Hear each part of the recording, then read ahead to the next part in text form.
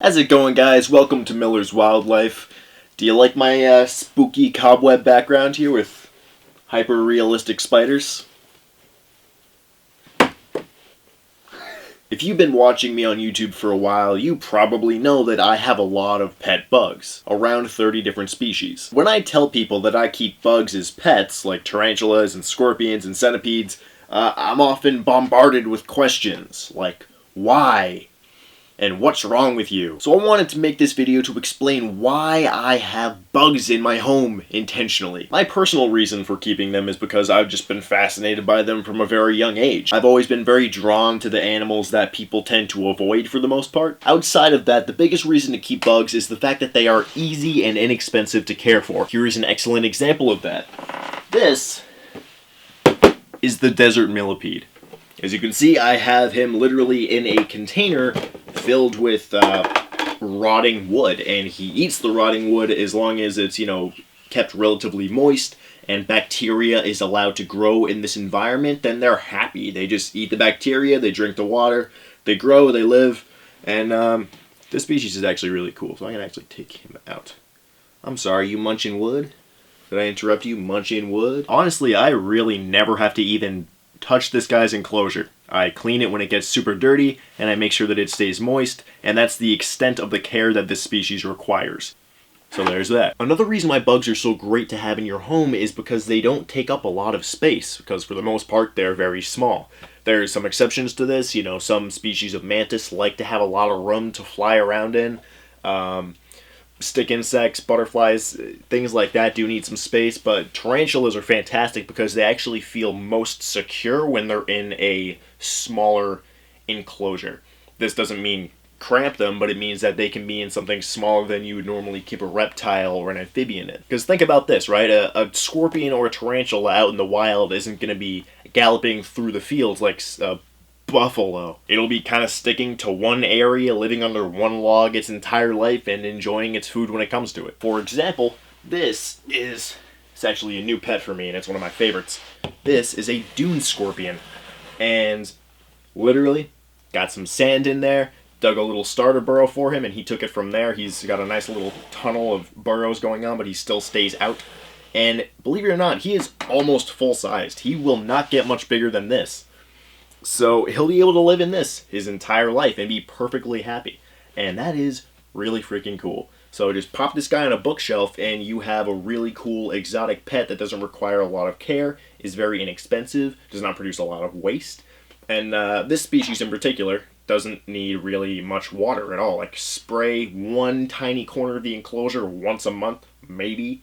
But for the most part, they get all of their moisture from their food, which makes it very convenient as well. You'll see me keep pulling bugs up onto this table and putting them back down, and that's another reason why they're so awesome, is because they're so diverse. Invertebrates take up such a huge population of this earth, and there's so many different kinds.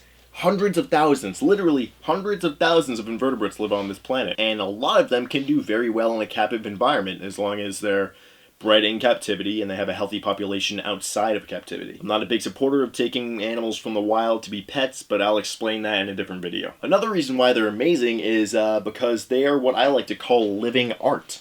It's, like I said, they don't take up a lot of space, so you can just have this on your bookshelf here. This is a little Poecilotheria metallica, one of the most beautiful species of tarantula on the planet, in my opinion. And this is her enclosure. She will need a bigger one because she'll get around 6 inches or so, 5 or 6 inches when she's full grown.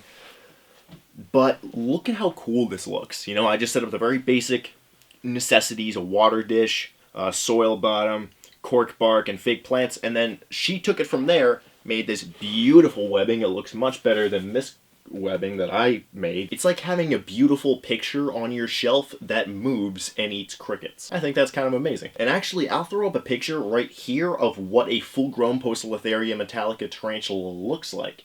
Because it is really, even if you don't like spiders, this is a gorgeous animal, and I dare anybody to say differently. And that's a lot of different species. A lot of different species are so beautiful. It's not just like this bland crap. This isn't what real bugs look like. They're gorgeous. And the last reason I'm going to give for keeping bugs as pets is that it gives you a sense of appreciation and perspective. Because if you can learn to love or at least appreciate invertebrates like spiders, scorpions, and centipedes, it makes it so much easier to appreciate and want to conserve the species that are more generally accepted by society, like pandas and whales, etc. Arachnophobia is the #1 fear in the United States, and so if we can kind of eliminate that by learning more about them, having them in our homes on purpose, I think that's a big step forward for conservation, just because it gives us this sense of appreciation for the lowest level of the lowest level of food chain. But you get what I'm saying. The lowest level of animal, everything above that is so much easier to love and appreciate. And now I want to talk about the questions that I get most often concerning my pet bugs. And there's 3 that I hear every single time. Number 1 is, do you hold them? And this is a somewhat debated topic amongst bug keepers, but my answer to this is generally no. And it's not because I'm afraid of them, I just know that they are very afraid of me. Even the nicest tarantula isn't, thrilled about being handled. He doesn't want to come hang out with you. He's just tolerating being handled. And there are exceptions to this. Some species of tarantula are very okay with being held. They will actually, come kind of peek out of their enclosure because they think they're going to come out. We can't tell what they're thinking, but it seems that way at least.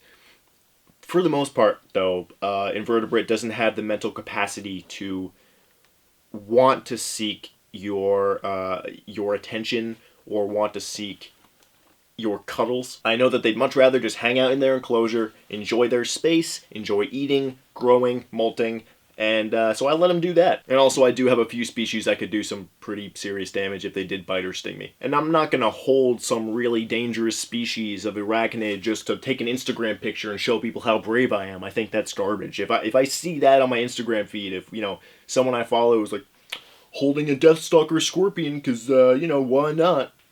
You're not cool, you're dumb. No matter how careful you are, you can always make mistakes, and that mistake not only negatively affects you, but will obviously negatively affect the animal, because the perception of that animal as super dangerous is only added upon by your idiocy. The second question I get a lot is, what if they escape? And the answer to that is, what if your dog escapes? What if your cat runs away and never comes back? It'll suck, so take the precautions to not have that happen. Get enclosures with locking lids or lids that can't be lifted. Make sure you always close the enclosures when your back is to them because stuff can get out very quickly. And as far as worst case scenario, everybody who's kept bugs for a long period of time, accidents happen. I've had tarantulas get out. Worst case scenario, you never find it and it's loose in your house. It's probably going to die. It depends on the species. It depends on what your house is like. If there's a lot of dark, humid, warm crevices in your home, then it's probably going to be easier for some species to survive. Whereas if you have a very dry home with cracks in the walls, it's going to be very easy for other animals to survive. But it really depends on so much, on how hardy the animal is and how good at hiding it is, how big or small it is. So like a question like what happens if it escapes is like, yeah, give me more than that. I'm never afraid of being bitten when an arachnid or an insect escapes because that's the least of my concern. I'm more concerned about the animal's well-being than my own. And then the #1 most common question that I get in regards to keeping insects and arachnids, what if I get bitten? I'll tell you something interesting. I've been keeping invertebrates for roughly 5 years now, and not once have I been envenomated by an animal that I own. I'm very careful with my bugs for their safety as well as my own. I keep some species, such as the six-eyed sand spider, which if it bit me, could potentially kill me. But they're easy to care for, they're really interesting, and I like them a lot, so I'm going to keep them anyway. Look at that. He's just kind of hanging out there in the corner. And this goes back to ease of care, by the way, with this species. It's in a bucket of sand. It never needs water. It can go a year without food. Obviously, I don't do that. But it could go a year without food. And it just kind of chills out.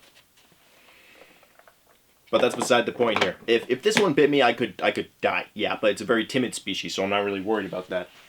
But for the most part, 99% of the time, if a bug bites you, you're going to be just fine. There are no tarantula species that can kill a person, contrary to popular belief. Actually, I should correct that. If you're a healthy adult who doesn't have an allergic reaction to that particular species' venom, then you will not die.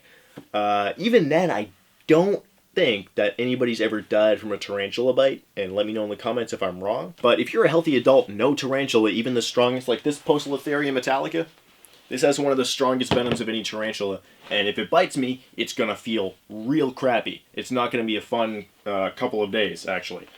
But I won't die. And the more commonly kept species, like the rose-hair tarantula or the emperor scorpion, when they bite or sting you, it's like a bee sting. It's really nothing. Even my Goliath bird-eating tarantula, its venom is extremely weak. The fangs themselves would do more damage than the venom would. And of course, accidents happen. If you're someone like me who's kept them for a long time, it's inevitable that someday you're probably going to get bitten or stung.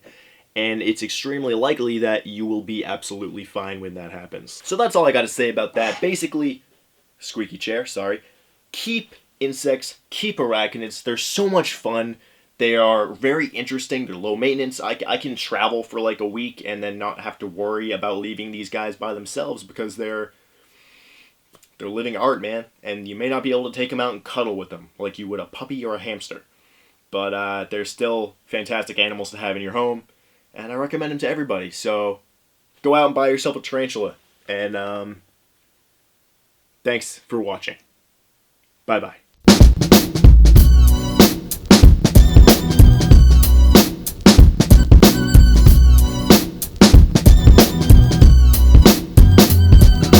Munching wood.